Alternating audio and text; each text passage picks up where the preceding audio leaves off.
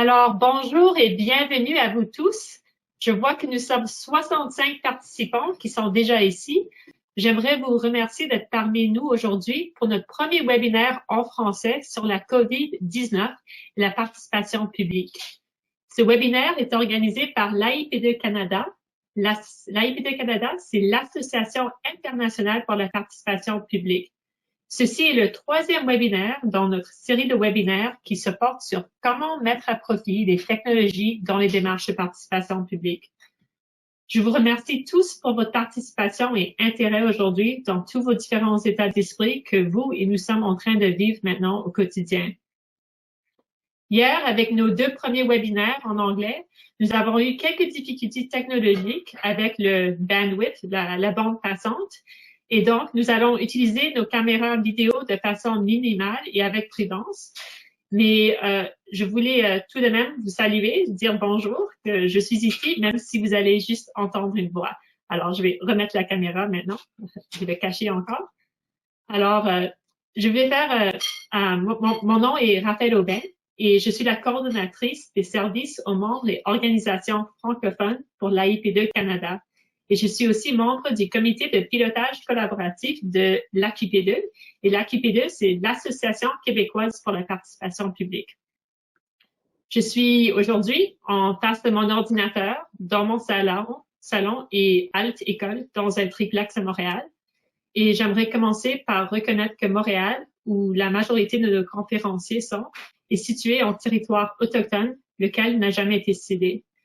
Nous reconnaissons la nation Kanien'kehá:ka comme gardienne des terres et des eaux sur lesquelles nous nous réunissons virtuellement aujourd'hui. Depuis les 2 dernières semaines, l'AIP2 Canada réfléchit sur comment nous pouvons soutenir nos membres pendant cette période de crise et nous avons donc décidé d'organiser ces webinaires.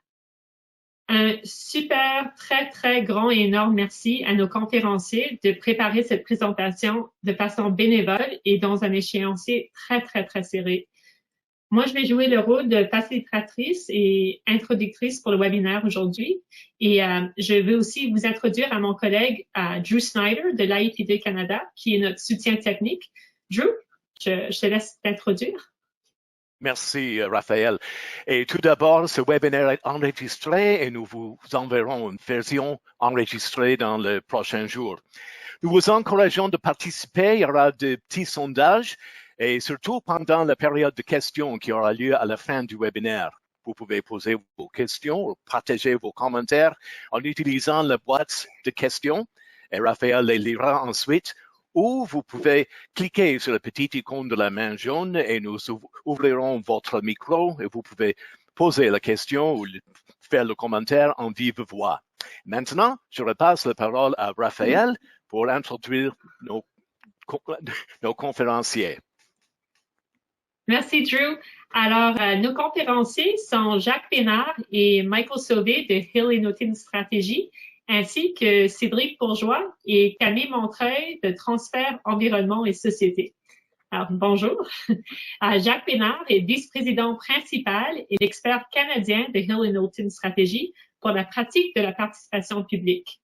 Ingénieur civil, médiateur accrédité et titulaire d'une maîtrise en aménagement, Jacques conseille les clients de la firme en s'appuyant sur plus de 30 ans d'expérience en conception et facilitation de processus participatifs en personne et en ligne. Michael Sauvé est un stratégie numérique spécialisé dans les communications marketing, la publicité numérique, l'engagement public et la gestion des campagnes locales et politiques.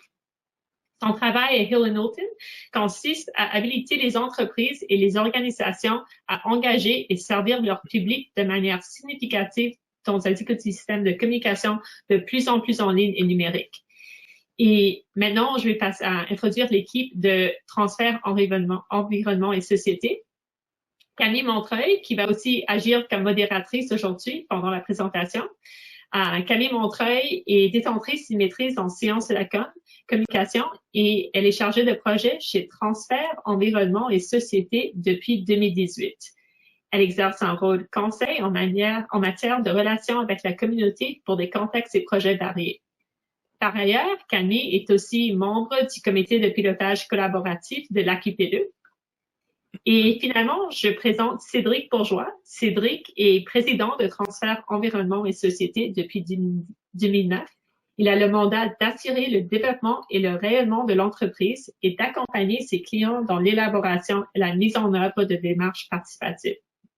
Au fil du temps, Cédric a développé une expertise dans l'animation de séances d'information et de consultation et en matière d'acceptabilité sociale de grands projets au Québec. Alors, merci encore, cher conférencier. Et à Camille, je passe la parole à toi.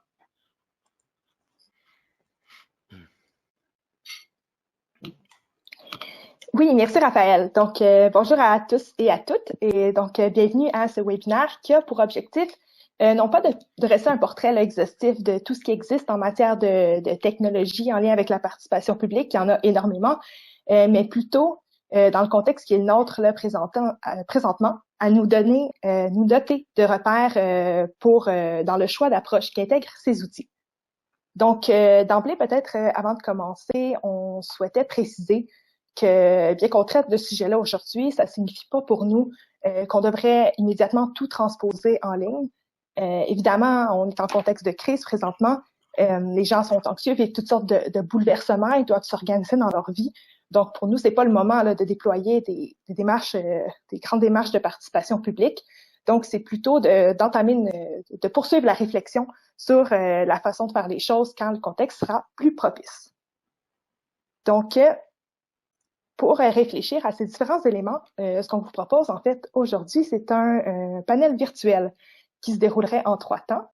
Donc, d'abord, on aura une courte présentation de chacun des panélistes, donc Cédric, Jacques et Michael, qui serait suivi par un panel de discussion entre les panélistes, puis ensuite on ouvrira à la période de questions.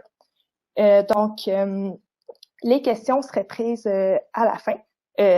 Cela dit, on vous invite à ne pas hésiter là, à poser vos questions au fur et à mesure dans la boîte de discussion, donc dans le chat là, de GoToMeeting. Puis, si pertinent, là, de préciser à quel intervenant votre question s'adresse. Donc, voilà, n'hésitez pas, si vous êtes inspiré, vous avez des questions tout au long du webinaire, on les prendra à la fin.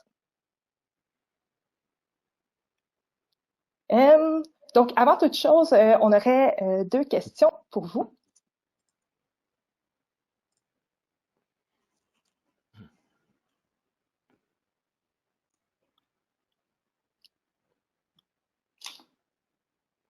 Donc, la première, on vous demanderait de répondre, qu'est-ce qui décrit le mieux la raison de votre participation au webinaire aujourd'hui? Donc, normalement, vous êtes en mesure de sélectionner une des réponses. Donc, la première, c'est est-ce que vous êtes un praticien en participation publique en quête de solutions? Est-ce que vous représentez une organisation en quête de solutions? Est-ce que vous êtes un expert ou fournisseur en participation numérique? Êtes-vous un étudiant, professeur, chercheur intéressé par le domaine ou une autre raison? Vous pouvez utiliser la boîte à questions pour donner des précisions.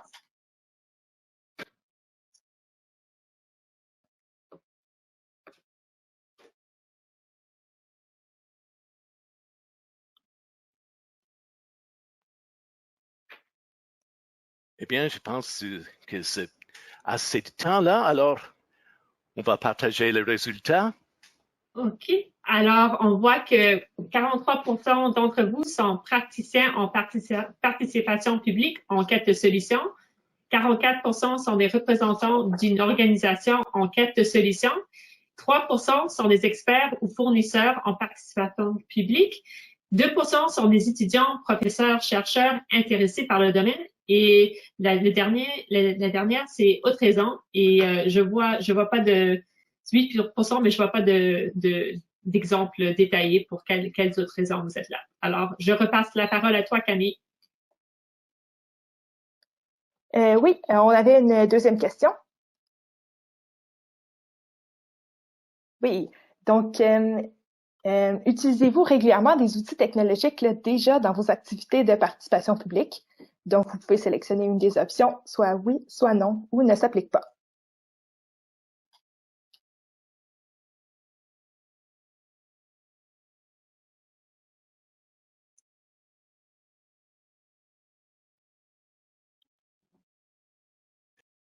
Et encore,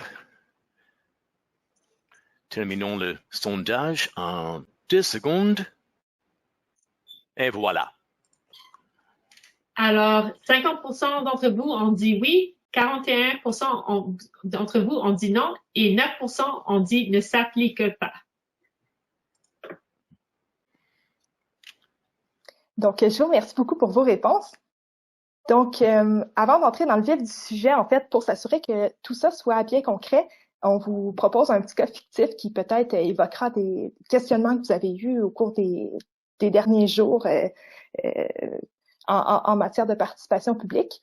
Donc, imaginez une ville X, Y, Z qui projette la construction d'une piste cyclable à l'automne. C'est un projet qui suscite certains enjeux, qui avait le potentiel d'être controversé. Et donc, dans cette optique-là, la ville envisageait tenir une rencontre publique au printemps.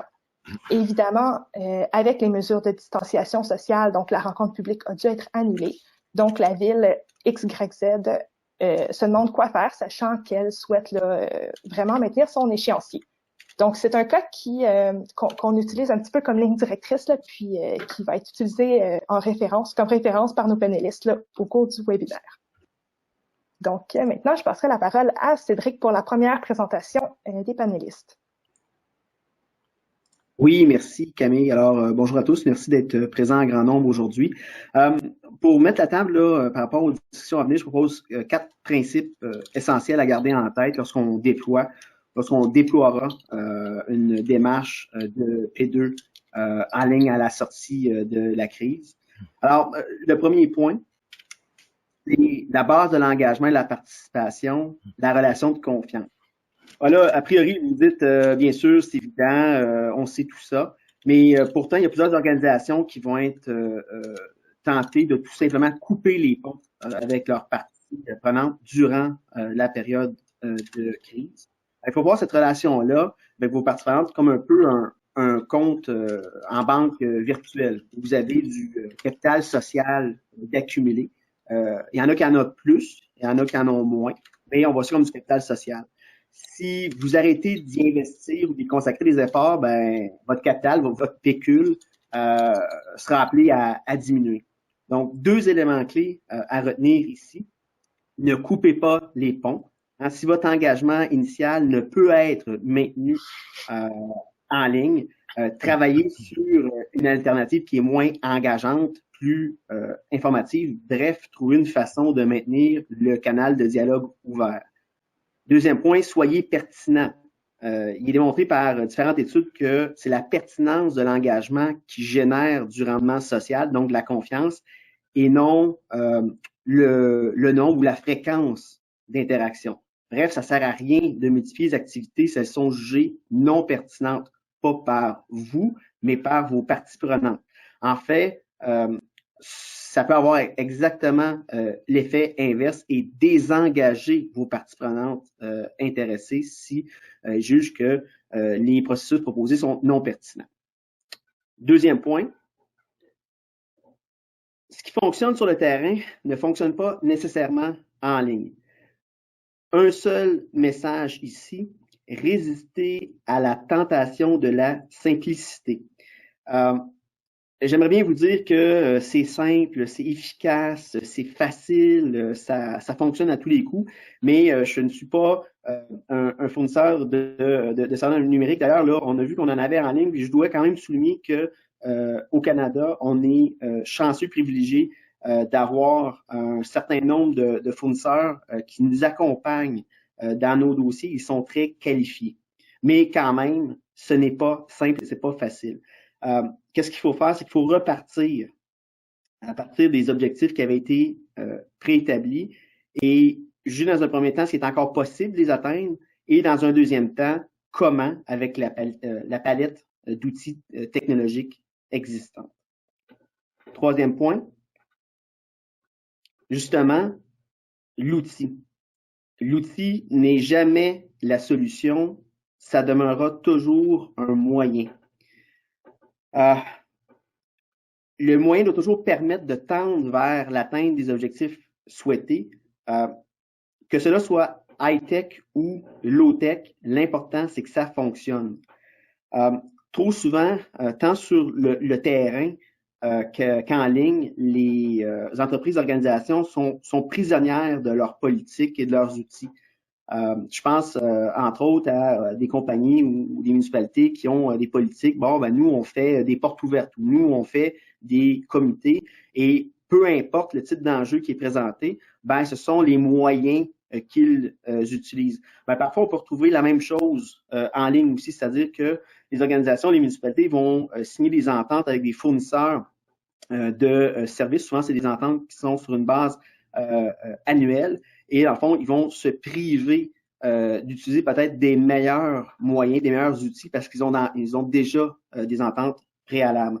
Donc, deux éléments clés à retenir ici, c'est ne soyez pas prisonnier de votre technologie. Et le deuxième point, c'est utiliser différents moyens technologiques pour tendre à atteindre les objectifs qui sont visés. Quatrième point, je dirais possiblement le plus important, la raison d'être du projet, c'est toujours la première étape. C'est-à-dire ici, là, j'ai juste un message à vous communiquer, c'est que il est possible qu'il n'y ait tout simplement pas de faisabilité sociale à un projet qui se déroule ou qui se déroulerait en ligne au niveau de la P2.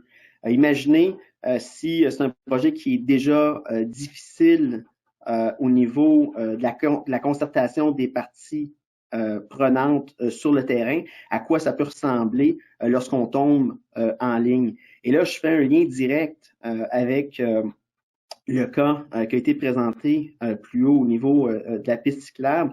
Il y a quelques années, j'ai fait un dossier où il y avait une proposition d'intégrer dans un centre-ville justement une piste cyclable. Et chose certaine, la justification de ce projet-là n'était clairement pas partagée par les parties prenantes, entre autres les commerçants qui perdaient des places de stationnement, etc. Et à ce moment-là, j'aurais clairement pas recommandé à mon client d'aller consulter en ligne sur le projet. Je l'aurais probablement recommandé d'informer sur le pourquoi il serait pertinent d'avoir une piste cyclable dans le centre-ville pendant, dans le fond, le temps de distanciation sociale jusqu'au moment où on puisse tenter de bâtir avec les principales parties prenantes cette raison d'être-là, cette justification-là. Donc, ça fait le tour de mes 4 points d'introduction. Donc, on passerait la parole à Jacques.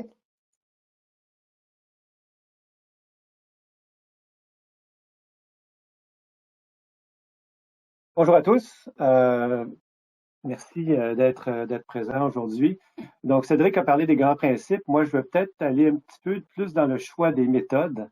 Et pour vous dire, dans un premier temps, il y a une bonne nouvelle, c'est que nous disposons maintenant d'une grande variété d'outils. Cédric a mentionné aussi qu'il y a des fournisseurs de ce service-là très compétents qui existent. L'autre bonne nouvelle aussi, particulièrement pour les praticiens, c'est que ce soit en ligne ou en personne, finalement, c'est un peu les mêmes considérations qui s'appliquent. On parle un peu des mêmes repères. Donc, rapidement, les considérations plus stratégiques dans un premier temps, soit la complexité, la sensibilité du sujet, qui on cherche à rejoindre et pourquoi. Il y a également les contenus à présenter, le format de la rétroaction à laquelle on s'attend, le niveau d'interaction, est-ce qu'on doit s'écrire, se parler, se voir en direct. Et aussi, il y a des considérations davantage techniques, comme par exemple la capacité. Comme on tient compte de la capacité d'une salle pour un événement, on va choisir un outil digital en fonction également de la taille du groupe qu'on veut rejoindre. Comme par exemple aujourd'hui, on a vu hier qu'il y a une capacité de l'outil qu'on utilise maintenant qui, quand on atteint des très grands nombres, devient un peu moins efficace. Donc, la taille du groupe, c'est important. Dans la variété aussi de ce qui est disponible, il y a des outils qui sont plus faciles d'utilisation, pour lesquels les gens sont davantage familiers. On doit aussi tenir compte des exigences aussi et des normes de certaines organisations en termes de sécurité et de confidentialité. C'est particulièrement vrai pour le gouvernement fédéral et c'est ce qui peut, dans certains cas, disqualifier d'emblée certaines plateformes. Il faut aussi, il y a des questions de coûts, hein, il y a des coûts qui sont associés à ces outils-là, mais aussi aux ressources qui sont requises pour les utiliser. Donc, on voit qu'il y a beaucoup de considérations qui sont les mêmes qu'en personne. Selon un peu mon expérience, il y a aussi un certain nombre de défis. Et Michael va aller un petit peu plus loin, mon collègue Michael abordera ce point-là un peu plus tout à l'heure. Mais dans la période actuelle, je pense qu'il faut s'attendre à ce qu'il y ait un niveau de sollicitation qui va peut-être mener à une saturation du monde virtuel. Là. Je ne sais pas si vous le ressentez, moi je le ressens déjà. Lorsque le moment sera approprié de reprendre nos conversations publiques, il faudra le faire sur des sujets qui méritent qu'on interpelle les citoyens, sur la pertinence notamment du projet, comme Cédric l'a mentionné. Un autre point, c'est que le temps d'attention en ligne est beaucoup plus limité qu'en personne. Les gens sont prêts à participer plus souvent, mais généralement beaucoup moins longtemps. Donc, il faut donc adapter les formats et les durées en conséquence. Dans un univers, dans un virage virtuel aussi, on doit s'attendre à une courbe d'apprentissage de tout le monde, tant pour les praticiens et les participants. Je dirais, le dernier défi, c'est que les gens aussi sont un peu résistants parfois à révéler leur identité en ligne et peuvent être réfractaires à participer si on leur demande de l'information sur eux-mêmes. Ça m'amène peut-être à quelques recommandations. Dans un premier temps, privilégier des outils qui sont simples et accessibles. Prochaine diapo. Valider l'adhésion aussi aux méthodes que vous proposez, aux méthodes que vous voulez employer. Assurez-vous que les gens sont confortables avec ça. Préparez les participants à l'avance. Et également, la modération a un bien meilleur goût dans ce cas-ci, c'est-à-dire ne sollicitez pas les gens constamment. Prochaine diapo. Donc, ici, je vous présente quelques outils que j'utilise fréquemment. C'est, dans le fond, avec cet ensemble d'outils-là, généralement, on est en mesure, à la fois au niveau de l'information, de la consultation et de la collaboration, d'avoir différents formats qui permettent d'engager les gens. Et j'insisterai peut-être plus sur le côté consultation. Donc, SurveyMonkey fonctionne assez bien pour des questions simples avec des choix de réponse. Dans certains cas, on va utiliser Choicebook, qui est notre plateforme qui, comme l'indique, invite les participants à délibérer sur des options qu'on leur propose. Puis lorsqu'on a des projets qui ont une plus grande durée, j'utilise souvent Engagement HQ, qui est une plateforme de consultation avec plusieurs modules de rétroaction et qui peut aussi servir de bibliothèque d'information. Alors, dernier point. Donc, revenons à notre piste cyclable. Donc, si effectivement il fallait faire l'ensemble de cette démarche-là en ligne, on voit un peu les étapes d'information, d'implication et de consultation qu'on pourrait faire. Donc, informer la population dans un premier temps avec sites web, médias locaux, médias sociaux, séances d'information, pourquoi pas live stream avec Facebook Live. Impliquer aussi les groupes d'intérêt plus spécifiques sur des groupes de discussion ciblés avec différentes options comme Zoom, comme Teams, comme Conveo aussi, qui sont différents outils qu'on peut utiliser. Consulter le public après ça sur des options, hein, à partir soit de SurveyMonkey ou de Choicebook. Et ensuite, donc, informer la population sur les résultats de la consultation et sur la décision qui aura été prise. Encore là, avec des outils d'information, sites web, médias locaux, sociaux et séances d'information.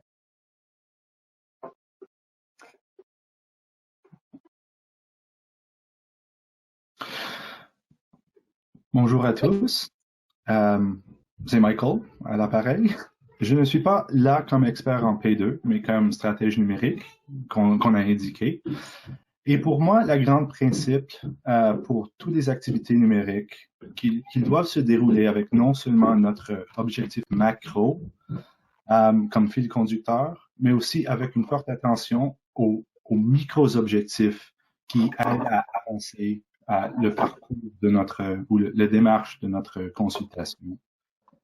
On a comme objectif aujourd'hui le démarche en ligne d'un processus de consultation, d'engagement sur une piste cyclable. Mais avant que j'ajoute mes commentaires, comment on pourrait effectuer cette démarche, il y a un couple de réalités numériques à garder en tête.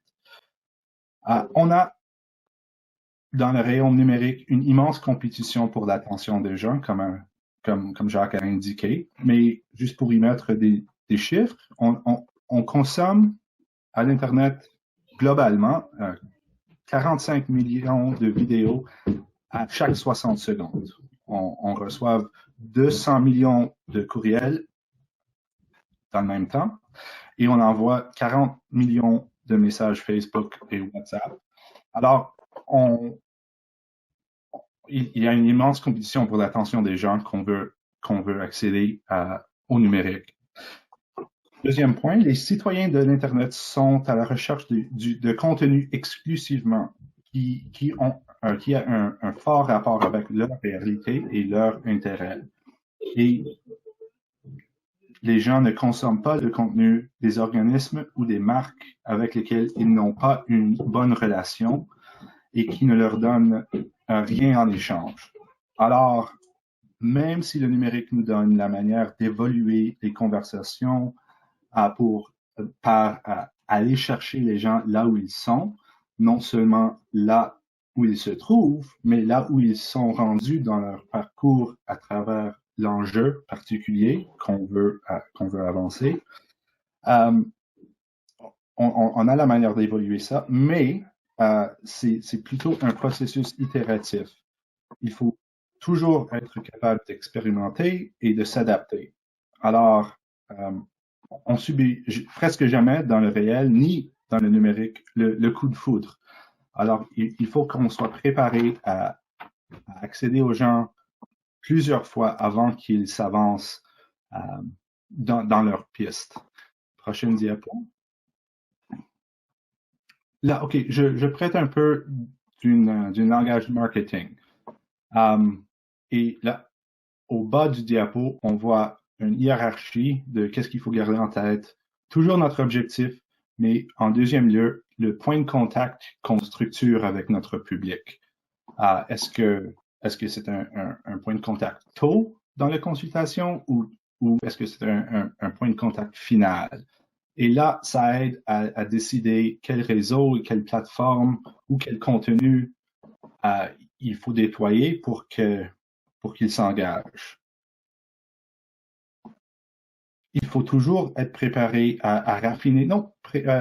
On retourne. Oui, il faut toujours être préparé à raffiner notre sens de notre public et leur intérêt et leur position vis-à-vis l'enjeu. Et jusqu'à un point final, ici, il faut se rendre compte qu'avec chaque outil qu'on choisisse, vient la nécessité d'un deuxième outil. C'est l'outil de mesurer l'efficacité de la première. Pour chaque site web, il faut un Google Analytics. Pour chaque campagne sur Facebook, il faut un Ads Manager. Si on n'a pas le choix parce que il faut jamais choisir un outil qui nous donne pas une sens qu'on puisse raffiner notre approche. Il faut commencer toujours par des approximations pour l'intérêt des gens et il faut finir par une sens réel d'eux-mêmes. Alors, qu'est-ce qu'on fait qu'est-ce que je ferai, qu'est-ce que je conseillerai pour dérouler notre campagne de la piste? Ce n'est pas gratuit, les outils numériques. Et Facebook, comme Jacques nous a indiqué, ça serait énormément important d'informer les gens. Mais en même temps, on peut nous informer de notre public et des parties prenantes là-dedans. On pourrait imaginer qu'on a au moins 4 groupes pour ce projet-là qu'il faut atteindre. Les parcourants, ceux qui prennent la piste d'aller dans leur aller-retour au travail ou dans leur course, ceux récréatifs, les usagers récréatifs, les entreprises et les propriétaires voisines de la piste et les personnes influentes qui puissent avancer. Pour chaque, il faut décider sur une approximation de notre public. Ça se peut que ça soit des codes postales. On peut diriger nos pubs Facebook envers un public qu'on sait partage une géographie avec la piste. On pourrait aussi, mais c'est pas ça, on n'aurait pas tous les usagers en faire ça. Alors, on pourrait commencer par cibler nos pubs envers un public qui suit déjà les pages de bicycles, de marque Schwinn ou Canon, des page fans d'eux autres. Et il faut être capable de filtrer et de devenir de plus en plus convaincu que notre public a rapport avec l'enjeu. Alors, un pub ne suffira pas, on a besoin toute une campagne.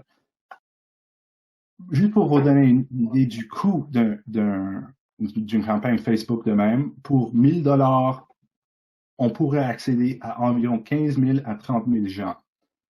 Alors, si on a 4 parties prenantes, il faut considérer ça qu'on ne pourrait pas leur accéder plusieurs fois, mais après avoir identifié les parties prenantes et les voix influentielles les dedans, on pourrait faire genre des événements pop-up. Mais on veut seulement éviter des voix fortes, des voix qui vont contribuer. On n'a pas de place pour des personnes qui vont pas contribuer. Et on veut que notre population contributive soit représentative d'une population qui touche sur l'enjeu. Alors, si on a besoin d'un événement pop-up qui sert à des sessions breakout, qui sert à beaucoup de sondages, on est mieux de dépenser un peu d'argent pour nous fournir une plateforme qui donne toutes ces fonctions-là. Si on n'a pas la nécessité de faire plusieurs sondages au long de notre événement, on pourrait choisir un outil plus simple. Mais, comme j'ai dit avant, il faut certainement être toujours dans la position de pouvoir mesurer l'impact de nos communications et être là pour utiliser les médias sociaux, tous les médias comme outils pour écouter notre public. Michael, je veux dire, ça te va, je te demanderais de conclure pour qu'on puisse passer conclure rapidement pour qu'on puisse passer au panel. Absolument. Voilà, on a comme l'hierarchie, le spectrum du P2 et certains outils, comme Jacques a déjà indiqué, sont mieux comme tôt dans le processus ou tard dans le processus et on peut s'en discuter plus tard. Merci. Parfait. Donc, on serait rendu au panel de discussion. Je m'adresse aux 3 panélistes. Je vous demanderais de tenter de travailler à être bref, la question qu'on puisse avoir suffisamment de temps pour passer les questions des 142 personnes maintenant qui participent au webinaire. Donc, la première question qui va nous intéresser aujourd'hui. Donc, si le contexte actuel là, en venait à perdurer encore plusieurs mois, comment pourrait-on assurer la continuité des démarches qui étaient déjà entamées? Donc, pour commencer, je passerai la parole à Jacques. Donc, Cédric l'a bien mentionné, là, il est vraiment important de garder le contact, surtout si les relations sont importantes. Alors, si par exemple, vous avez des comités qui sont en marche, et garder le contact, ça se fait de différents moyens, de façon formelle ou moins formelle, les courriels, les téléphones, les médias sociaux. Parlez-leur de votre réalité, puis écoutez la leur aussi pour voir où ils en sont. Si votre échéancier l'exige et exige donc de poursuivre la conversation en ligne, je pense que ce qui est vraiment important, c'est d'expliquer pourquoi, de proposer la façon dont vous envisagez de le faire, de mesurer évidemment l'intérêt des gens à s'engager dans cette conversation-là au moment où vous souhaitez l'avoir. Et puis, tenir compte de la réalité dans la façon, dans le fond, dont vous allez mettre cette conversation-là de l'avant. J'ai parlé du choix des outils. Alors, c'est vraiment très important, surtout quand on remet un exercice de participation sur les rails, de choisir ces bons outils-là et aussi d'aider les gens à les utiliser, donc de leur donner des moyens, de leur transmettre de l'information s'ils sont pas familiers avec un outil en particulier, leur donner le temps la capacité aussi de s'y préparer. Puis aussi, en fait, d'être à la fois agile et de pouvoir vous ajuster aux besoins parce que, dans le fond, il se peut qu'en faisant migrer vos activités vers l'univers virtuel, que ça fonctionne pas nécessairement comme vous le souhaitez la première fois. Donc, gardez-vous cette flexibilité-là pour justement être capable de vous ajuster dans le temps. Super. Cédric, est-ce que tu avais des éléments à ajouter à ce sujet-là? Oui, un seul point. Merci Camille, merci Jacques. Quand on parle de continuité des démarches, il y a aussi le volet relationnel. Qu'est-ce que je veux dire par là? C'est que c'est mon impression, c'est que bon, le monde a déjà changé, puis va continuer à changer, puis les priorités qu'on avait hier seront pas nécessairement les mêmes qu'on va avoir demain. Donc, les priorités d'aujourd'hui vont peut-être être exclues, à titre d'exemple, des budgets de demain. Que ce soit des contraintes d'investissement dans le privé, des nouvelles priorités pour des fonds, des nouveaux programmes de subvention plus intéressants, les fenêtres électorales manquées au niveau municipal. Il y a toutes sortes de raisons qui pourraient, dans le fond, amener municipalités et entreprises privées à revoir, dans le fond, à partir de cet été, de cet automne, leur projet ou leur programme d'engagement avec la communauté. Donc, il ne faut pas non plus se lancer immédiatement dans cette notion-là de continuité de démarche et bien réfléchir à savoir, dans le fond, quelle sera vraiment notre priorité à partir de l'automne. Super. Et Michael, de ton côté? Là, je pense que pour cette question-là, c'est d'être à l'écoute. Et les outils numériques nous donnent, certainement les médias sociaux, nous donnent l'opportunité d'écouter les conversations qui ont déjà lieu dans le public. Et ça serait peut-être la plus facile usage de ces outils-là, mais ça peut informer comment il faut procéder si le contexte actuel perdure. Merci beaucoup à vous trois. Donc, notre prochaine question, ce serait de savoir en fait quelles sont les limites des méthodes de participation publique qui s'appuient sur des outils numériques. Donc, je poserai la question d'abord à Cédric. Oui, merci Camille. Je vais y aller quand même assez rapidement avec un survol avec les principales que j'ai notées. La première, la recevabilité de ces démarches au niveau des autorités, soit municipales ou gouvernementales. Il n'y a pas de ligne directrice, dans le fond, claire à l'heure actuelle, à savoir, dans le fond, comment une démarche uniquement qui se déroule uniquement au niveau du numérique va être considéré au niveau de ces autorités-là. Donc, à titre d'exemple, un projet qui est assujetti à la procédure d'évaluation d'examen des impacts, est-ce que le ministère de l'Environnement va juger acceptable une démarche uniquement en ligne? La réponse actuellement, c'est que on ne le sait pas. Donc, la piste là-dessus, c'est si vous avez un type de projet comme celui-là, allez valider votre démarche numérique, allez la faire confirmer, dans le fond, que la démarche répond aux attentes exprimées par les autorités. Deuxième point, un frein, une limite, c'est de rejoindre, dans le fond, les parties prenantes habituellement intéressées. Bon, dans le milieu municipal, on les appelle souvent là, les usual suspects.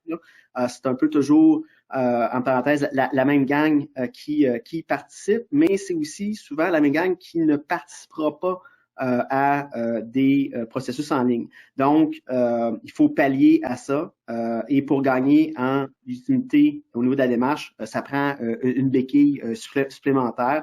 On peut penser à des consultations téléphoniques, des envois papier, bon, etc., etc. Mais il faut avoir ça en tête, c'est un frein. L'autre point que je me suis noté, c'est les médias sociaux, 2 points, ruelles et chats de gouttière. Donc, est-ce qu'une activité de P2 en ligne peut déraper? Oui, assurément, absolument. Donc, si vous décidez de tenir cet engagement-là il faut tenter, dans le fond, d'aplanir cet enjeu-là. Une façon de le faire, c'est susciter l'adhésion aux objectifs de la démarche au préalable par biais d'un sondage, à titre d'exemple. Afficher clairement l'étiquette. Travailler avec la dissonance cognitive, donc faire signer un cadre d'engagement de participation en ligne aux participants. Avoir un modérateur qui est plutôt actif que réactif. Avoir un stationnement, là, en anglais on dit le parking lot, une corbeille qui est disponible dans le fond pour mettre les commentaires soit non pertinents ou qui ne répondent pas à l'étiquette, mais les rendre accessibles. L'autre point que j'ai noté, les malentendus de bonne foi. Ce que je veux dire par là, c'est que se voir, c'est se comprendre. Une P2 en ligne n'offre souvent pas cette possibilité-là et laisse place à toutes sortes d'interprétations. Pensez seulement lorsque vous lisez un courriel et que vous tentez d'interpréter l'humeur de la personne qui l'a écrite, sans oublier, dans le fond, votre propre humeur qui influence, dans le fond, la lecture du courriel. Bref, les commentaires peuvent être interprétés de toutes sortes de façons. Par rapport à ça, la piste, c'est encore de jouer avec une modération qui est plus active au départ, en rappelant l'étiquette. Donc, de ne pas écrire avec des lettres majuscules, de faire attention aux commentaires ironiques, sarcastiques, etc. De minimiser l'utilisation des qualificatifs. Puis aussi, qu'est-ce qu'on peut remarquer dans les différents outils, c'est que les outils qui sont asynchrones, donc qui ne sont pas en temps réel, les commentaires sont souvent plus factuels, plus réfléchis parce que, dans le fond, les participants ne sont pas dans le feu de l'action pour les rédiger. Il me reste encore 2 minutes. Donc, autre point, la multiplication des interactions. Ça peut être un enjeu. Donc, si vous décidez demain matin de vous lancer en ligne, ben, il y a un risque ou une opportunité, de façon de le voir, que non seulement vos participants vont être intéressés, mais ils vont être passionnés par votre projet. Puis là, vous risquez d'être submergé par une avalanche de questions et de commentaires. Donc, évidemment, il faut prévoir les ressources nécessaires. Il faut afficher clairement les modalités de rétroaction. Et là, de grâce, dans le fond, donnez-vous de la marge de manœuvre pour réduire les attentes par rapport aux réponses instantanées. On peut utiliser aussi, il y a différents logiciels qui ont des modalités de mise à jour automatique pour les participants où ils peuvent être informés lorsque une réponse est donnée. Faites un arrimage, dans le fond, avec les questions fermées et les questions ouvertes.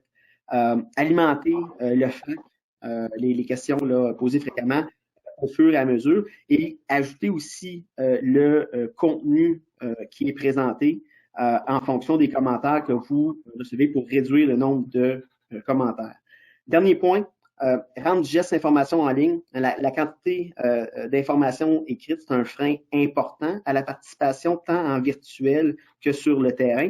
Puis, je donne un exemple tout simple pour les gens qui ont déjà organisé des activités qu'on appelle là, portes ouvertes, où malgré, dans le fond, un affichage qui est vulgarisé, on demande souvent ce qui est une personne qui facilite, dans le fond, chaque kiosque pour expliquer, disons, le choroplaste vulgarisé, mais aussi pour rédiger des réponses de participants. Donc, on se retrouve aussi avec le même problème lorsqu'on est en ligne. Piste de solution par rapport à ça, ben, testez votre matériel avec votre public cible au préalable. Produisez des vidéos, des infographies, affichez des commentaires types. Déjà, mettez du matériel déjà en ligne de type commentaire pour inciter les gens à déposer davantage. Amener les gens à se positionner sur des commentaires qui sont déjà formulés. Et je parle encore au niveau d'une modération active. N'ayez pas peur de relancer les participants. Là, évidemment, ça dépend du type de plateforme qui est utilisé à ce moment-là. Donc, ça fait le tour des principaux freins que j'ai identifiés. Parfait. Je passerai la parole à Michael. Encore une fois, on va essayer de faire bref là, pour tout ce qui reste pour le panel. Question d'avoir du temps pour les questions du groupe. OK.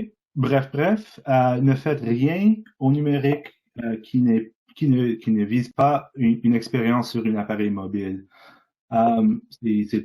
Si on a un sondage payer attention au niveau du design pour que ça soit consommé sur un téléphone. Aussi, suivre toujours, il faut toujours suivre les directives WCAG pour l'accessibilité.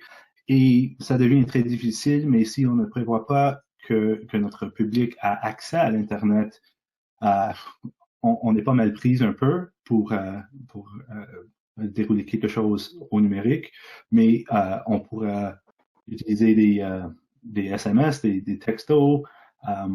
On a ça à se prendre compte. Merci beaucoup. Et du côté de Jacques? Ben, moi, je pense qu'au niveau des outils en ligne, au niveau de l'information et de la consultation, généralement, on peut bien s'en tirer.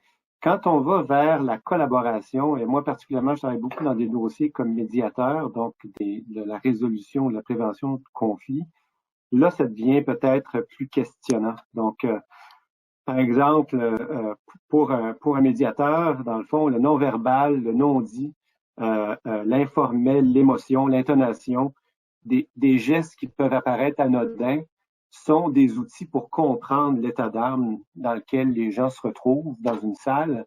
Et ça, évidemment, ben, c'est une information qu'on a en moins quand on a, dans le fond, on est séparé par un écran. Alors moi, je vois vraiment qu'on a encore du travail à faire pour s'adapter à cette réalité-là. Et peut-être qu'en développant des techniques, on pourra effectivement aller dans ce genre de collaboration en ligne aussi. Merci. Troisième et dernière question.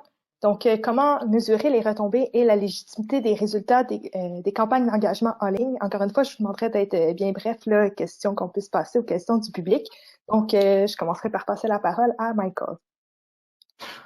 OK, les résultats valent ce que notre rubrique de mesurement valent. Alors, il faut encore être très clair sur notre objectif et très clair des micro-objectifs qui constatent un progrès envers le macro. Alors, si on peut y mettre le doigt, on pourrait peut-être faire le cas d'une légitimité. En plus, on a l'opportunité avec des techniques numériques, avec certainement dans la consultation, information, dans ces phases-là de l'engagement public, on a beaucoup de latitude pour aller chercher les communautés qui sont peut-être moins représentées dans des consultations traditionnelles, je dirais. Mais c'est vraiment un problème. Il faut convaincre ceux qui ne sont pas convaincus du légitimité et ça devient difficile. Mais si on schématise notre approche et nos résultats envers autant de points de données possibles, on a la chance de le faire. Je laisse là pour être bref. Merci beaucoup, Michael. Jacques, de ton côté? Ben, pour être très, très bref, dans le fond, on va se le faire dire si effectivement la démarche qu'on a utilisée n'est pas légitime ou n'est pas représentative. Donc, très important en amont de s'entendre sur les outils et les démarches qu'on mène, sur leur légitimité avant de les mettre en action. Merci beaucoup. Puis on conclura avec Cédric. Non, rien à ajouter. J'appuie à 100% le commentaire de Jacques. Donc, c'est super. Donc, je vous remercie beaucoup tous les trois pour vos contributions. Puis on serait prêts à passer aux questions du public. Merci Camille. Alors, nous avons beaucoup de questions. Je vais d'abord commencer avec les questions qui sont écrites et puis ensuite avec les questions avec les mains levées. Alors, une question qui nous vient de plusieurs personnes, incluant André Fortin, Christine Racine et Yama Gartite, c'est est-ce que les gens sont vraiment disposés à collaborer à une consultation quand leur esprit est occupé ailleurs? Doit-on faire une croix sur la participation publique en ligne pour les prochains dans les projets et prendre en compte qu'il y a un enjeu maintenant de recevabilité sociale? Alors, je vous pose cette question, puis je demande à Jacques, vous pourrez commencer, ensuite suivi par Cédric et Michael. Ben, la réponse est simple. Si les gens ne sont pas disposés, la réponse est non. Il ne faut pas le faire, effectivement. il va falloir attendre. Et ça, c'est dans le fond, on va pouvoir mesurer à quel moment les gens sont prêts à le faire en testant avec eux cette idée. Je crois qu'il va y avoir un séminaire aussi qui va avoir lieu la semaine prochaine qui va porter exactement là-dessus. Et on aura quelques données à ce moment-là, je crois, pour répondre à la question. Mais effectivement, on ne peut pas pousser un processus qui n'est pas bien reçu. Cédric ou Mathieu? Oui, et pour compléter, je suis 100% d'accord avec Jacques. Peut-être ajouter un élément. Je pense que ça dépend aussi du type de projet. Et si on vient à notre projet de piste cyclable, effectivement, c'est un non. Je veux dire, les gens sont pas là à l'heure actuelle, incluant nous. Je veux dire, que ce soit le promoteur ou le citoyen ou le consultant, je pense qu'il n'y a pas personne qui a la tête à ça à l'heure actuelle. Donc, c'est non. Mais d'autre côté, on voit beaucoup aux États-Unis, entre autres, des consultations qui sont menées par des municipalités à l'heure actuelle sur la COVID-19. On voit des entreprises aussi qui mettent en place, dans le fond, des plateformes d'échange avec leurs employés pour partager l'information, échanger, consulter sur la meilleure façon de faire sur la COVID-19.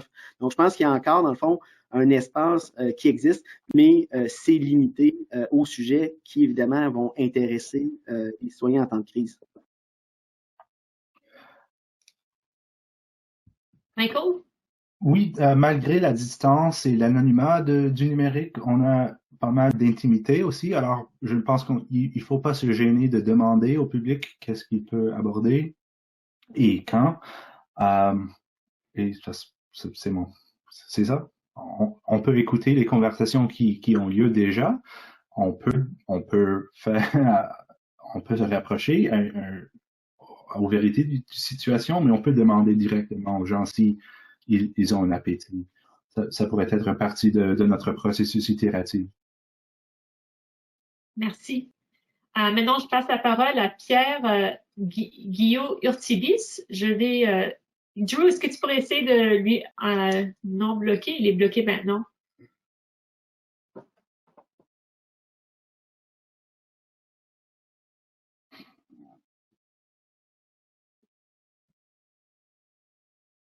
Voilà, Pierre Guillot-Urtibis, vous avez la parole. Oui, bonjour. Bonjour les amis. J'en connais plusieurs autour de la table. Juste une question. Jacques, je suis assez d'accord avec toi. Pour ce qui est de la collaboration, on est difficilement rendu là. En tout cas, il y a beaucoup de chemin à faire. Mais mettons qu'il suffit juste de remplacer des portes ouvertes où les gens sont pas vraiment consultés, là, mais plus informés, puis on répond à leurs questions, etc. Jusqu'à combien de personnes on est capable de manœuvrer ça dans un format virtuel? Puis quel logiciel ou webinaire ou Facebook Live, qu'est-ce que vous préférez dans votre expérience? Je dirais que si on parle spécifiquement de portes ouvertes, la beauté des portes ouvertes, c'est que les gens viennent quand ils sont disponibles. Donc, on n'est pas obligé à ce moment-là de faire ça à un moment précis. On peut prendre, je sais que notamment, on le fait souvent avec Engagement HQ où on met des options, où on met des images, on laisse les gens réagir. Il y a des échanges entre les participants. Et donc, ça peut très bien se faire et on n'est pas obligé de donner, justement, pour une porte ouverte, un moment précis. Et c'est l'avantage. Il n'y a pas non plus d'échange nécessairement entre les participants. Donc, peut-être ça serait plus compliqué à faire dans un format comme celui qu'on a maintenant. Mais on peut aussi utiliser d'autres formes de services comme ou de plateformes comme celle que nous on utilise, qui est notre plateforme qui s'appelle Choicebook, où dans le fond, c'est un peu comme une porte ouverte virtuelle. Les gens sont amenés à recevoir de l'information et après ça, à commenter différentes options. Donc, ça peut quand même relativement bien se faire avec les outils qui existent déjà. J'en ai nommé deux, il y en a d'autres aussi. Si on veut avoir du face-à-face, là, dans le fond, c'est plus des outils de type Teams ou Skype qu'on peut utiliser. Mais dans ce cas-là, on est un peu limité par le nombre. et ça devient plus difficile. Là. Comme là, on est 130, là. Bon, ben, il n'y aura pas 130 questions. En tout cas, j'espère que non, parce que d'autres choses à faire. Mais donc, c'est ça, là. Il y a une question de nombre aussi qu'il faut gérer. Juste pour y ajouter, hier, on a fait deux webinaires en anglais. On avait dans le premier presque 1000 participants et on a subi des problèmes de technologie avec 600 dans l'après-midi. Ça a mieux allé et c'est sur le GoToWebinar, la plateforme-là. On a des solutions entreprises comme Slido, c'est S-L-I-D-O, qui donne l'opportunité de petites sessions breakout, de beaucoup plus de sondages.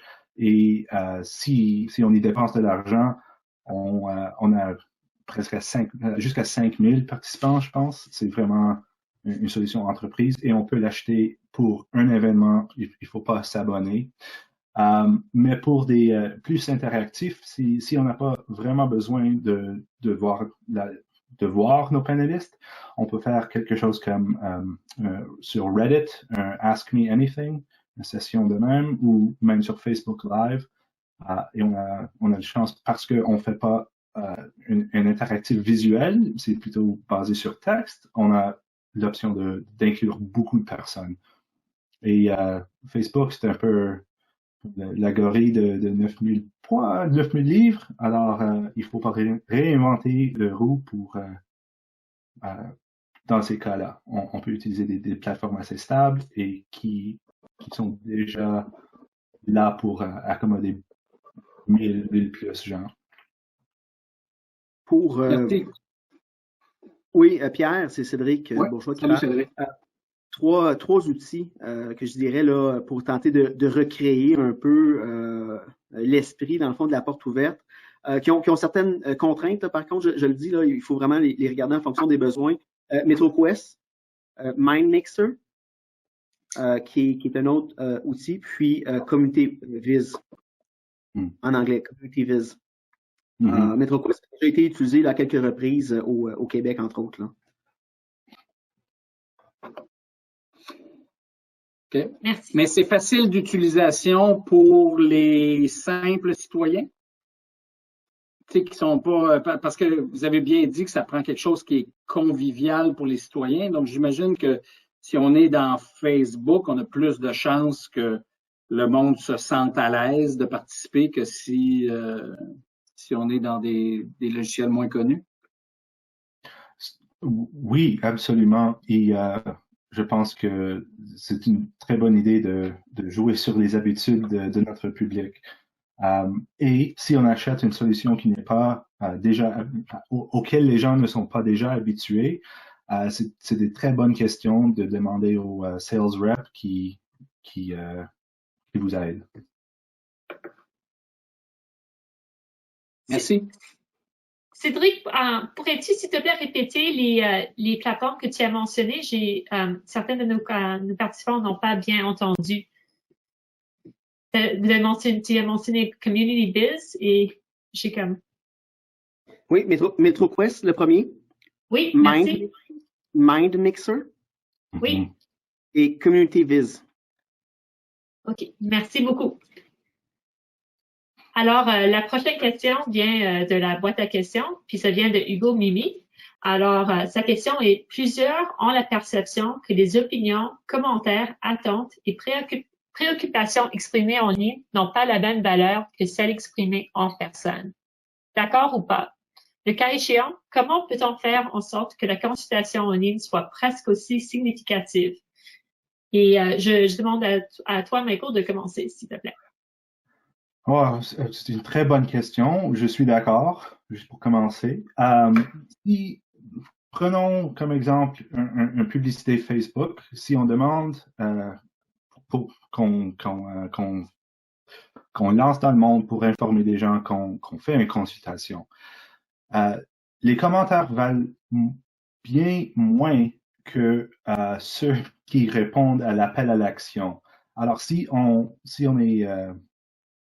fait notre design de notre pub pour que seulement ceux qui ont vraiment l'intention à participer, à suivre notre appel à l'action, on a une base de données pour ceux qui sont pour les répondants et c'est eux autres qu'on va privilégier, pas ceux qui ont mis des commentaires. Est-ce que ça aide? Est-ce que c'est clair? Oui, merci, Michael. Merci. Cédric ou Jacques?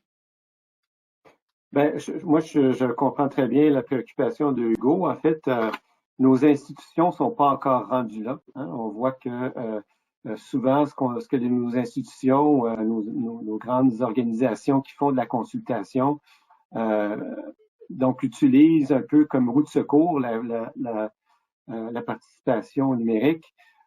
Moi, je crois que c'est appelé à changer et du moment où il va y avoir une adaptation un peu de ces institutions-là, ce qui est déjà le cas d'ailleurs, pour tenir compte du contenu qui arrive en ligne.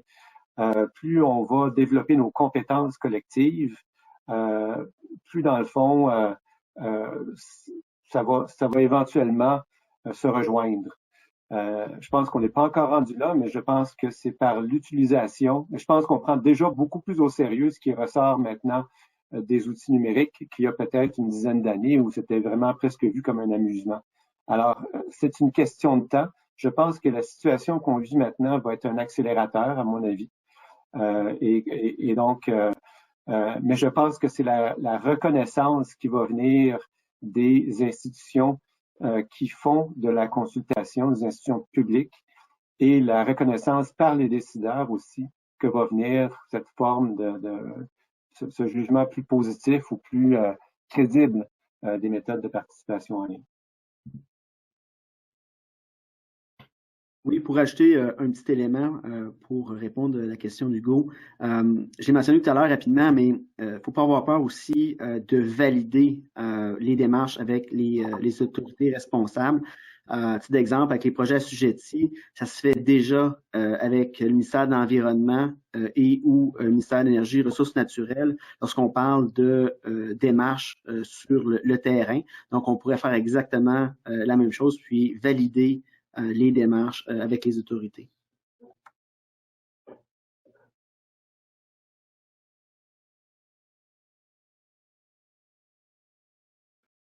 Merci. Maintenant, je vais passer la parole à Guy Grenier. Alors, Guy, vous pouvez parler. Oui, merci. En fait, je voulais un petit peu donner mon point de vue sur la question de Hugo. L'expérience qu'on a à l'Office de consultation publique de Montréal, c'est que, en effet, les gens ont assez peu confiance en la valeur qu'on accorde institutionnellement aux participations numériques. Mais ce qui nous a amené du succès, c'est que on a fait rapidement des synthèses des résultats et on les a présentés publiquement pour montrer qu'il n'y a rien de tout ça qui se perdait et que le reflet de ce qui était produit dans les outils numériques, ben, on l'entendait puis on l'intégrait à l'analyse.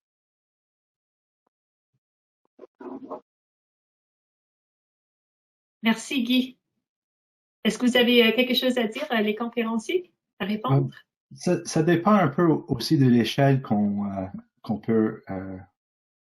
auquel on peut opérer. Si le numérique nous permet de sonder d'une manière ou une autre 100 000 personnes, on a un sample set qui nous indique quelque chose. Et c'est difficile si on sait combien de personnes on a atteintes, combien de personnes nous avons répondu, et quelle sorte, du point de vue qualitatif, sont leurs commentaires ou sont leurs réponses. Je pense que c'est ça notre chemin vers la légitimité. C'est l'énormité du possibilité de faire des sondages ou de la collecte de données. C'est difficile à ignorer un sample set d'une telle taille. Moi, je dirais aussi qu'on a fait beaucoup dans les dernières années des consultations en personne et en ligne avec des questions semblables avec des outils de rétroaction. Et on peut voir effectivement que les résultats se convergent dans bien des cas. Donc, il y a une certaine forme de validation qui peut se faire. Il y a aussi la notion de la représentativité qu'on peut regarder pour voir si effectivement les résultats qui ressortent des consultations en ligne, si les participants représentent un échantillon suffisamment représentatif. Je dirais l'autre chose aussi, ce qui est quand même assez particulier en lien avec la question de Hugo aussi, c'est que généralement en ligne, enfin nous, ce qu'on a vécu dans plusieurs consultations, c'est qu'il y a un volume beaucoup plus grand de gens qui participent en ligne, qu'il y en a qui se déplacent pour aller dans des consultations en personne. Et donc, on peut commencer aussi à se demander, en termes de représentativité, un jour, peut-être qu'on va se poser la question si les 30 personnes qui sont déplacées pour une séance d'information ont plus de poids que les 300 personnes qui ont participé en ligne et répondu ou réagi aux mêmes informations. Donc, je pense qu'il y a une dimension un peu culturelle pour l'instant. On se réunit pour prendre des décisions depuis des milliers d'années. Le téléphone est là depuis une centaine d'années, puis le numérique est là depuis moins d'une génération. Donc, je pense qu'on a un cheminement à faire, mais certaines validations, comme Michael le disait, peuvent se faire, certaines mesures de la représentativité de ce qui se dit en ligne, puis aussi une façon peut-être de structurer nos consultations en ligne pour qu'elles soient peut-être, dans le fond, moins un à côté à la consultation générale et plus une partie intégrante et véritable d'un processus de consultation sérieux et rigoureux. Merci beaucoup. Je veux noter qu'il est maintenant déjà 15h06. Le webinaire est supposé de durer juste 1 heure, mais ce que je propose, c'est que je vais faire un mot de fin maintenant et j'invite tous les participants à rester et à continuer à poser des questions pour les prochains 25 minutes. J'espère que ça vous convient. Alors, ce que je voulais vous dire, c'est par rapport aux prochaines étapes de qu'est-ce que nous envisageons. Alors, vous avez reçu dans votre courriel un Google Sheet que je vous ai envoyé et ce Google Sheet, vous pouvez soumettre, consulter et partager avec vos pairs les outils d'engagement numérique que vous utilisez et dans quel contexte. Ces résultats vont être compilés et partagés avec vous et j'ai déjà envoyé dans ce courriel le lien à un document Excel que les participants qui ont participé au webinaire anglais ont contribué. Puis il y a déjà 195 contributions anglais qui nomment des exemples d'expériences d'outils numériques. Nous avons déjà environ une dizaine dans notre Google Sheet en français. Alors, je voulais vous encourager de, s'il vous plaît, partager vos expériences. De plus, je voulais vous dire que sur le site web de AIPD Canada, nous avons une boîte à ressources. Et cette boîte à ressources est une façon que nous vous encourageons de nous envoyer des ressources que nous pouvons partager pendant cette période de COVID-19. Et aussi, juste pour vous dire en petite note qu'il va bientôt avoir un site web français pour AIPD Canada, mais entre-temps, le site web est en anglais, mais cette page à ressources est bilingue. Un autre événement qui va se passer bientôt, un événement virtuel, c'est un cocktail virtuel. L'AIPD vous invite à assister, venir participer à notre cocktail virtuel demain à 16h30. Ça va être en Google Meet qui peut accommoder une centaine de personnes. Alors, la raison qu'on veut avoir ce Google Meet, c'est pour poursuivre cette conversation qu'on est en train d'avoir maintenant et aussi de juste partager nos expériences personnelles et professionnelles que nous vivons maintenant. Et nous avons hâte de vous voir tous en personne, de vous voir sur l'écran. L'autre chose que je veux vous dire, j'ai beaucoup de prochaines étapes. Nous allons avoir un webinaire le 31 mars sur la COVID-19 et comment gérer cette nouvelle réalité. Ce webinaire va être en anglais et vous pouvez vous inscrire sur le site web de l'AIPD Canada. Puis encore, c'est gratuit. Comme vous savez, si vous êtes membre de l'AIPD Canada, vous pouvez consulter nos archives de webinaires gratuitement ainsi que les autres ressources sur notre site web et les différents programmes que nous avons. Ce webinaire, aujourd'hui, a été enregistré et vous recevrez un enregistrement de ce webinaire dans les prochains jours ainsi que la présentation PowerPoint et des autres documents. Alors, merci beaucoup à tout le monde d'être ici. Merci, un grand merci à nos conférenciers d'avoir préparé ça aujourd'hui en dernière minute. Puis, c'est tout. Et je vous invite de rester pour poser d'autres questions pour les prochaines, maintenant, 21 minutes. Alors, merci. Alors, je vais maintenant continuer avec la période de questions. Alors, j'ai une question qui provient de Isabelle Godette et de Luc Castonguay. Je vais les regrouper ensemble. Et ils parlent de standards et de NetEtiquette pour les outils de participation publique numérique. Alors, Luc Castonguay se pose la question, est-ce que toute consultation qui se fait essentiellement en numérique doit avoir son standard pour rejoindre un public plus large? Et Isabelle Godette pose la question, avez-vous des étiquettes de la participation en ligne à partager? Alors, je pose cette question à Jacques. Est-ce que tu connais des exemples de étiquettes ou des standards pour rejoindre un public plus large dans le monde numérique? Sur l'étiquette, oui, je pense que beaucoup de fournisseurs de plateformes ont ça, dans le fond. Je sais que je parlais de Engagement HQ, ils ont un document très complet là, qu'ils invitent, dans le fond, les gens à consulter et qui se servent, dans le fond, qui sert à la modération et dans certains cas même à retirer des commentaires qui ne répondent pas à cette étiquette. Donc, ça prend une modération. Si on a une étiquette, comme on dit, ça peut pas se faire automatiquement. Ça prend une modération qui va avec. Ça prend des gens qui suivent les commentaires qui se disent.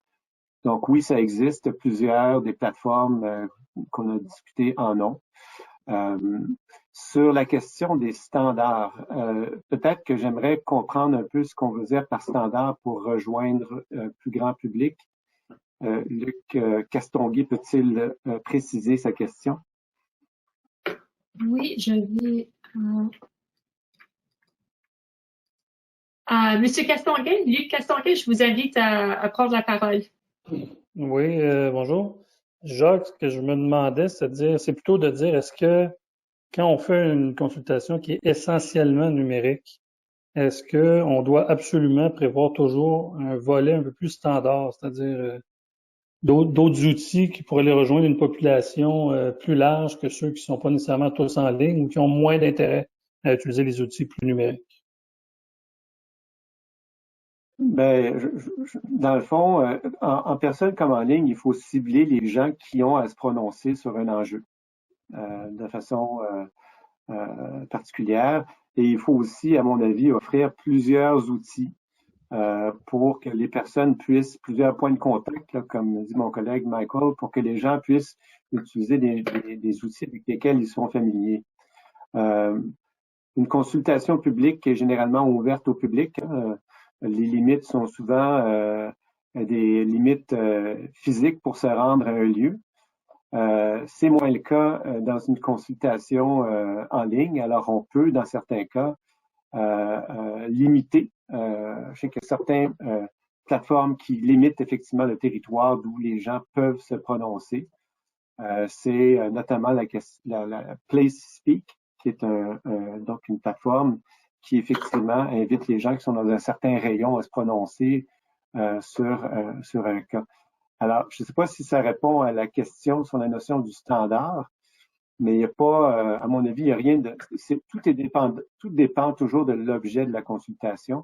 Et je me rapporte peut-être à ce que je mentionnais un peu au début de ma présentation sur un peu les considérations qu'on doit avoir. Pour moi, ce sont à peu près les mêmes. C'est le projet qui va dicter et la décision qui va dicter ceux qu'on doit cibler. OK, merci. Merci. Maintenant, je vais passer la parole à Patrick Howe. Patrick Howe, vous pouvez poser votre question. Patrick? Bon, je vais passer la question à Myriam Vallière. Myriam Vallière, est-ce que vous avez une question?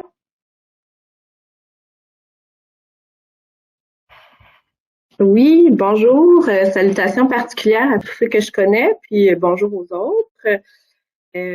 Merci beaucoup, messieurs, dames, pour la perspective aujourd'hui. Moi, je serais intéressée à savoir, à avoir vos perspectives sur les formules plus de type, par exemple, comité de bon voisinage autour de des projets, qui souvent s'inscrivent dans une perspective plus de gestion des nuisances, gestion des impacts, cohabitation harmonieuse là, avec le voisinage. Puis dans ce sens-là, c'est des canaux qui sont un petit peu à la frontière de l'information, de la consultation, de la médiation. Puis Jacques, je pense un petit peu à ton commentaire tout à l'heure sur l'importance du non-verbal aussi. Là. C'est des canaux qui sont vraiment dans la perspective d'échange. Puis donc, dans cette perspective-là, j'aimerais ça vous entendre peut-être sur vos réflexions sur ce type de canal-là par le biais de canaux numériques. Quels seraient les do's and don'ts? Comment naviguer un canal de ce type-là là, qui est un petit peu à la frontière de différents niveaux de participation, mais où le non-verbal, l'échange, la présence de proximité est assez importante. Merci.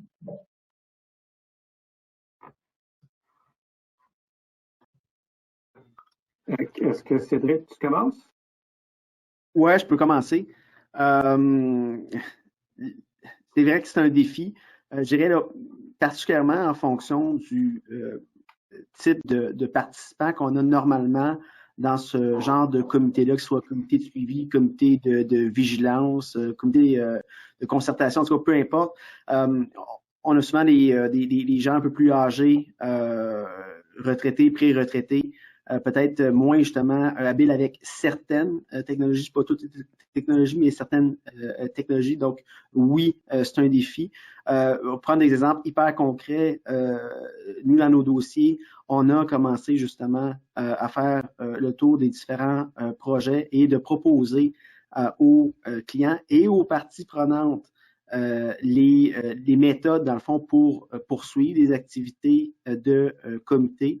À l'heure actuelle, l'outil qu'on propose d'utiliser, c'est Zoom, qui semble être le plus performant pour continuer à avoir des interactions.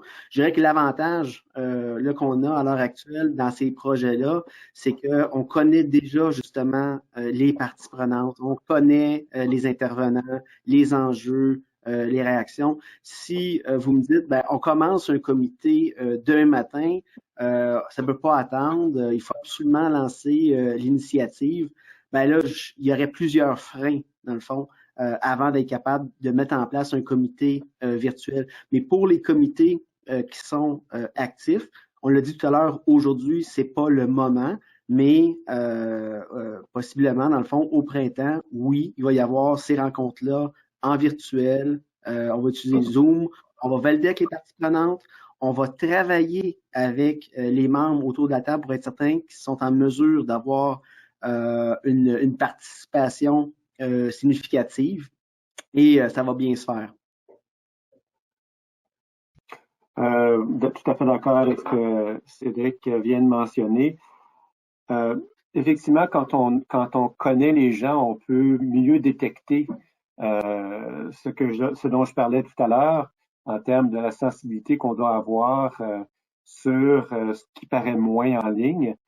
Je dirais que effectivement, si il est nécessaire ou si les gens le désirent, parce que c'est peut-être pas toujours, ça vient peut-être pas toujours du promoteur, cette volonté de poursuivre la conversation, ça peut venir des parties prenantes elles-mêmes qui disent vous continuez à faire du bruit de la poussière, nous on veut continuer à vous parler pour mieux comprendre ce qui se passe. Alors, il faut pas oublier qu'on force pas toujours la participation, des fois elle est désirée par la communauté. Cela étant dit, pour moi, c'est vraiment un peu comme un travail d'équipe. Je pense les comités, ce sont des équipes, des gens qui travaillent ensemble dans un objectif de partager de l'information ou de résoudre des problèmes. On est tous en train de s'habituer, enfin, j'imagine, là, à cette nouvelle vie où on passe la moitié de notre temps, ou sinon plus, devant un écran à parler des collègues. Donc, ce travail-là d'équipe, il peut se faire, à mon avis, à partir des outils comme Zoom ou Teams, qu'on utilise beaucoup. Et je dirais que s'il fallait démarrer aujourd'hui un type de comité comme ça, et si j'avais à faciliter ce type de comité, je prendrais le temps de vraiment bien connaître les personnes avant de commencer, c'est-à-dire d'avoir une discussion soit téléphonique ou soit des discussions individuelles pour un peu saisir un peu comment les gens se comportent un peu, quels sont leur état d'esprit et à travers cet échange-là, comprendre aussi comment ils s'expriment, à la fois verbalement et dans le non-verbal. Donc, il y a peut-être un travail de préparation qui peut se faire au départ avant de mettre les personnes ensemble pour bien saisir un peu les individus avant de les mettre ensemble.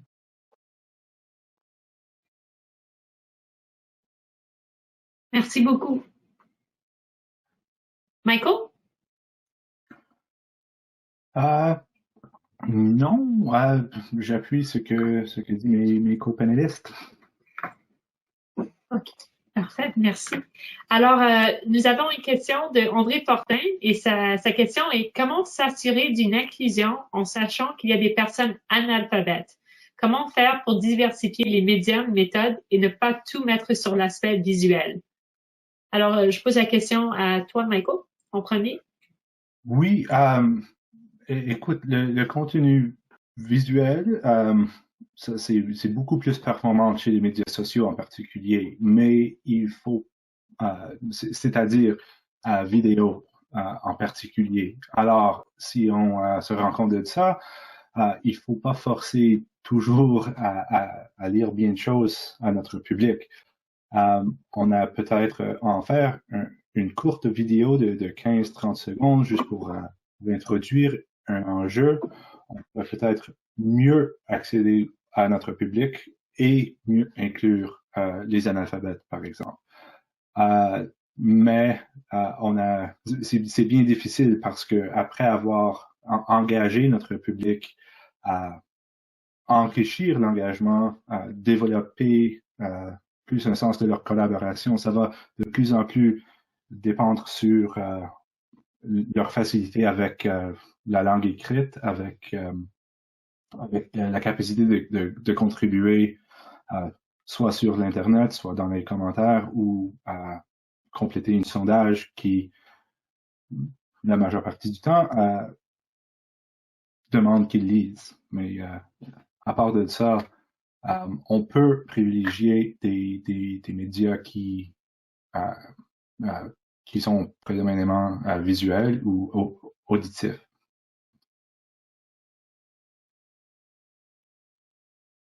Merci, Michael. Jacques, auriez-vous quelque chose à rajouter? Non, je pense que ça complète pas mal ce qu'il y avait à dire là-dessus de mon côté. Et Cédric? Oui, j'ai un point de mon côté. Une des options, c'est de reproduire le même mécanisme, disons, participatif, mais avec un outil différent. Ça se fait plus du côté anglophone, mais souvent on parle des téléphones town halls, donc où il y a une présentation qui est faite et que les participants sont en ligne un peu comme on fait dans le fond aujourd'hui, mais où les participants sont vraiment sollicités au fur et à mesure par rapport au contenu qui est présenté. Donc, c'est-à-dire utiliser le même matériel, mais avec un support différent, où les gens, peut-être avec justement certaines limitations, ont la capacité d'interagir, dans le fond, plus facilement. Merci, Cédric. Et je pense que nous avons temps pour une dernière question écrite, puis une dernière question à vive voix. Alors, une question qui nous a été posée, c'est avez-vous des exemples concrets de méthodes et d'outils technologiques pour remplacer le principe de l'atelier participatif en petits groupes? Alors, des ateliers où on conçoit les différentes interventions d'aménagement, etc. Et je passe la parole à Jacques. On a utilisé il y a quelques années une plateforme qui fait exactement ça, qui s'appelle, si je me rappelle bien, CrowdBright. Je pourrais peut-être l'indiquer là dans la liste des outils, qui est vraiment fait pour effectivement ça, pour brainstormer sur des projets d'aménagement où les gens peuvent coller des post-it sur des options. Il y a un autre outil qui s'appelle Convio, là, où les gens sont en mesure de commenter un plan, un document, en y apposant des commentaires que les autres peuvent commenter aussi.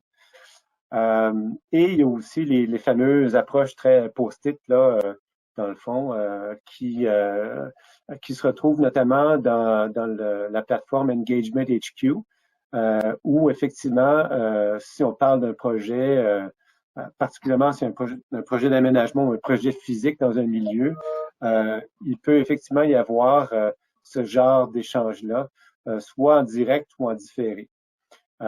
Donc oui, il existe beaucoup de ces types d'outils-là. D'ailleurs, c'est parmi les plus fréquents, en fait, dans les plateformes de participation qu'on retrouve. C'est donc assez faisable. Évidemment, ça n'a pas la même dynamique que d'être dans une... Ça peut être complété par d'autres outils, comme par exemple des outils où les gens peuvent se voir. On a parlé tout à l'heure de Zoom, où on peut faire des sessions, où est-ce qu'on peut avoir dans chacune de ces sessions-là, où les gens sont en plus petits groupes, des outils qu'ils utilisent aussi en ligne. Donc, c'est vraiment, je pense qu'il n'y a rien qui fait tout ça, hein, mais il y en a plusieurs. Une combinaison d'outils peut permettre de se rapprocher de l'expérience d'un atelier de co-construction, par exemple. Merci beaucoup. Cédric? Oui, le premier exemple de Jacques, parce que je l'avais aussi déjà utilisé il y a un certain temps, l'outil CrowdBright était vraiment là, très intéressant, justement pour répondre à la question qui a été soulevée.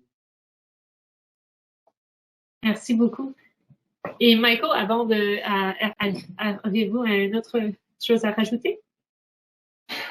Ça dépend vraiment de la taille de la groupe avec qui on veut travailler, mais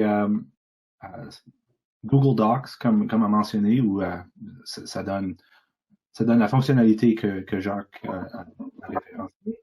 On a une bonne contrôle des versions aussi et des contributions des individus, et on peut contrôler qui est invité à travailler là-dessus. On peut aussi avoir plusieurs rôles dans un document. Et c'est gratuit, ça aide beaucoup.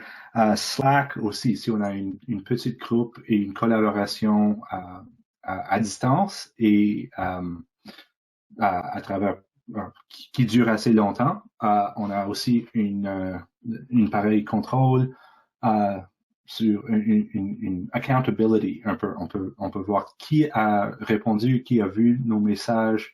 On y a la chance de partager les documents et tout en même vue aussi. Mais c'est vraiment une plateforme auquel il faut inviter des gens, et ça fonctionne très bien pour des collaborations entre deux différents bureaux à distance, par exemple. Ça aidera aussi. Et c'est pas gratuit. Ouais, il y a une version gratuite, mais ça ne coûte pas cher. Merci beaucoup. Il nous reste juste 1 minute. Alors, je vais en profiter pour faire une petite synthèse des prochaines étapes. Nous avons beaucoup de questions qui n'ont pas été répondues aujourd'hui. On va les noter et nous vous encourageons aussi de venir demain et assister à notre cocktail virtuel de l'AQP2 de 16h30 à 18h30, où nous pourrons avoir la chance de continuer ces conversations avec vous autres, avec vos pairs, et échanger de façon plus informelle. S'il vous plaît, consultez notre page Facebook pour les infos de comment se joindre sur Google Meet. Encore, je vous remercie tous d'être ici et de participer aujourd'hui, et un grand merci à nos conférenciers et aussi à juste l'esprit vraiment collaboratif aujourd'hui. C'est bien, ça se fait du bien. Alors, merci et bonne fin de journée.